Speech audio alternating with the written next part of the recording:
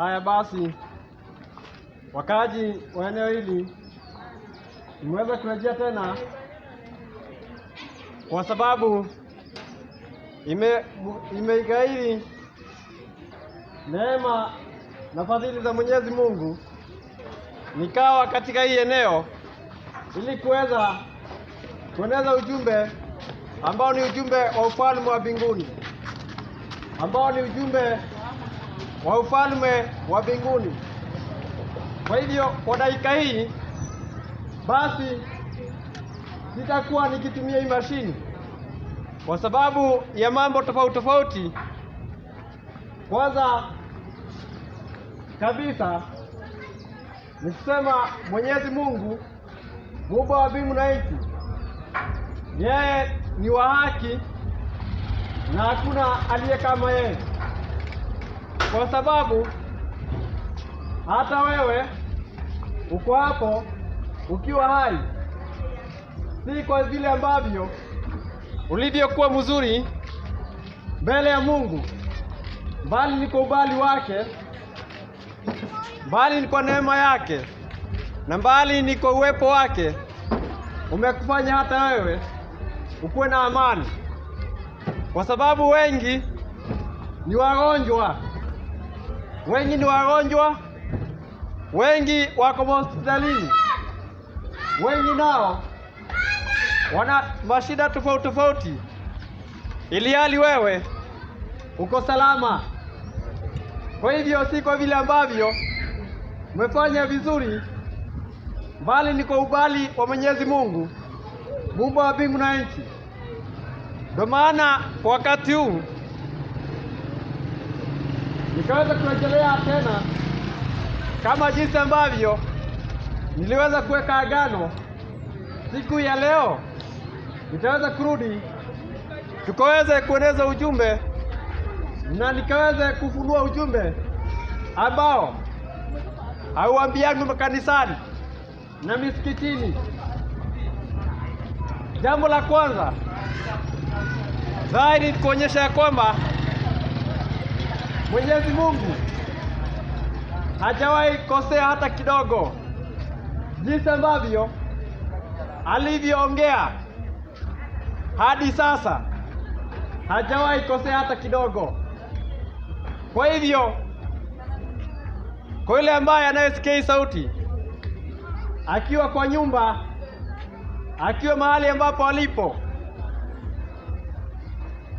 Mwenyezi Mungu jua ya kwamba ukikubali kutii maagizo yake ambayo ni sheria yake, tukaizungumzia wakati wa jana, nikasema ya kwamba ujapopitia janga tofauti, iwe umekuwa mgonjwa, kwa sababu nasikia kunaye mmoja ambaye ni mgonjwa katika hii eneo. Huyo ambaye ni mgonjwa, kwanza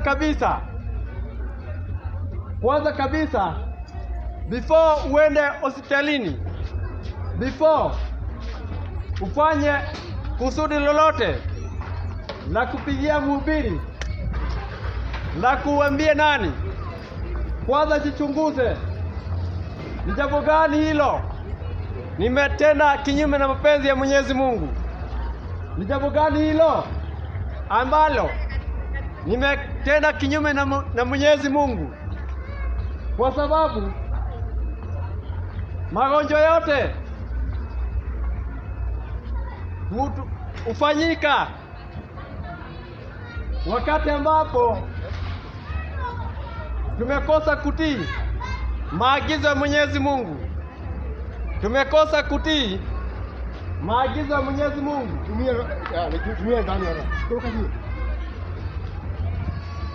Kwa hivyo mkaji wa eneo hili, ujapopitia janga,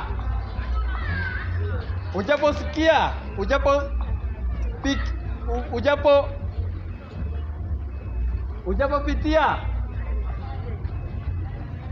jambo tofauti katika maishani mwako, kwanza jiulize, ni jambo gani ambalo nimelifanya kinyume na mapenzi ya Mwenyezi Mungu. Ni jambo gani hilo? Nimemkosea Mungu? Kwa sababu najua ya kwamba kwanza kabisa tuseme umeibiwa. Sasa badala ujichunguze nini hicho kimefanya uibiwe, sasa unaanza kutusi shetani, ati shetani shindwe, shetani shindwe. Sasa Mungu ameagiza usiibe, na wewe ulienda ukaiba, ukaonjeka, alafu ukaanza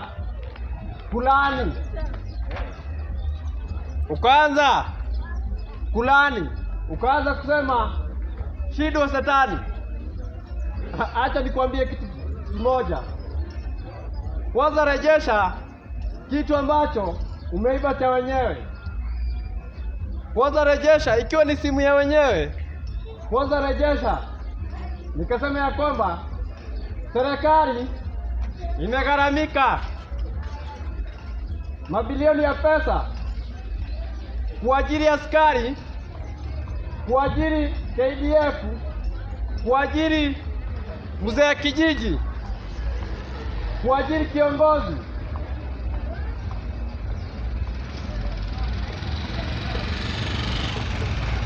Kwa sababu kama mwizi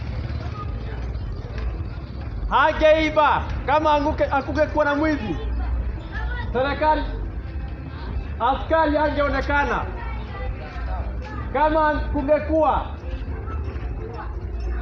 Kama kungekuwa na mwizi, serikali hangeonekana, askari hangeonekana, mzee kijiji hangeonekana,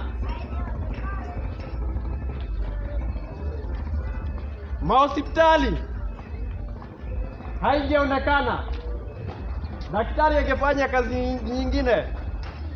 Sasa kwa sababu ya watu kutotii sheria ya Mwenyezi Mungu na kusema ya kwamba twaishi kwa neema bila sheria, twaishi kwa neema bila sheria ya Mwenyezi Mungu.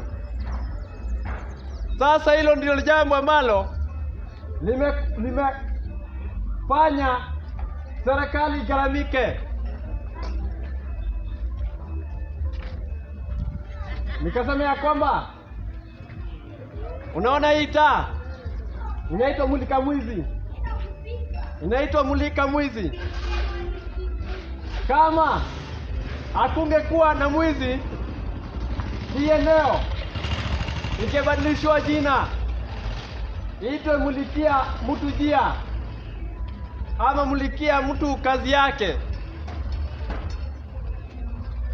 Sasa hata ikabadikwa jina mulika mwizi, kumaanisha katika hii eneo kuna wezi, kumaanisha katika hii eneo kuna watu ambao wanafanya kinyume na sheria ya Mwenyezi Mungu. Ndio maana ni lazima askari akuwepo ili kuweka ulinzi. Ni lazima mzee kijiji akuwepo ili kuweka ulinzi. Pasipo na haya yote, watu wote wakiweza rejea kwa sheria ya Mwenyezi Mungu, hata kuonjeka huwezi onjeka.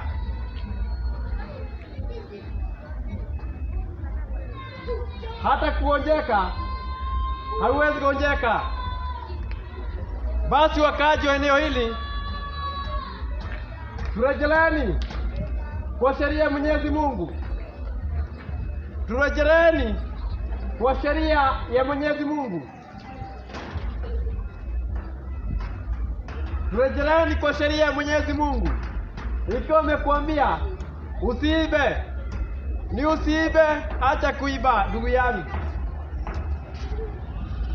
Ikiwa amesema usizini, tuache uzinifu. Ikiwa amesema watii wazazi wako, waheshimu wazazi wako, si waheshimu. Ikiwa amesema usikuwe na sanamu, siwachane nazo tuzanii jameni. Kwa hivyo kaji wa eneo hili tukiweza rejelea kwa sheria ya Mwenyezi Mungu, kwa sheria ya Mwenyezi Mungu, basi mambo yote itakuwa sawa sawa. Hautapatana mwizi, hautapatana na mgonjwa kwa sababu ya uasi wa sheria. Kwa sababu ya uasi wa sheria, ndio maana kuna watu tofauti kwa sababu ya sheria kusemekana iliisha. Ati Yesu alipokuja duniani alisulubisha sheria msalabani. Kwa sababu ya hayo mahubiri ambayo ni mahubiri ya kipangani, ni mahubiri ambayo yanayokataa sheria ya Mwenyezi Mungu. Kwa sababu ya hayo mafunzo mapotovu kuonyesha ya kwamba ati sheria ya Mungu iliisha, ndio maana mambo iko hivyo hivyo. Sasa hivi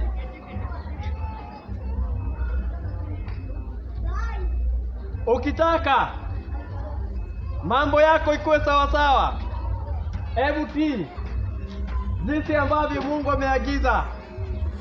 Wakati wa jana nikaguzia amri ya kwanza na ya pili, na tukaiangalia vizuri ama hizo amri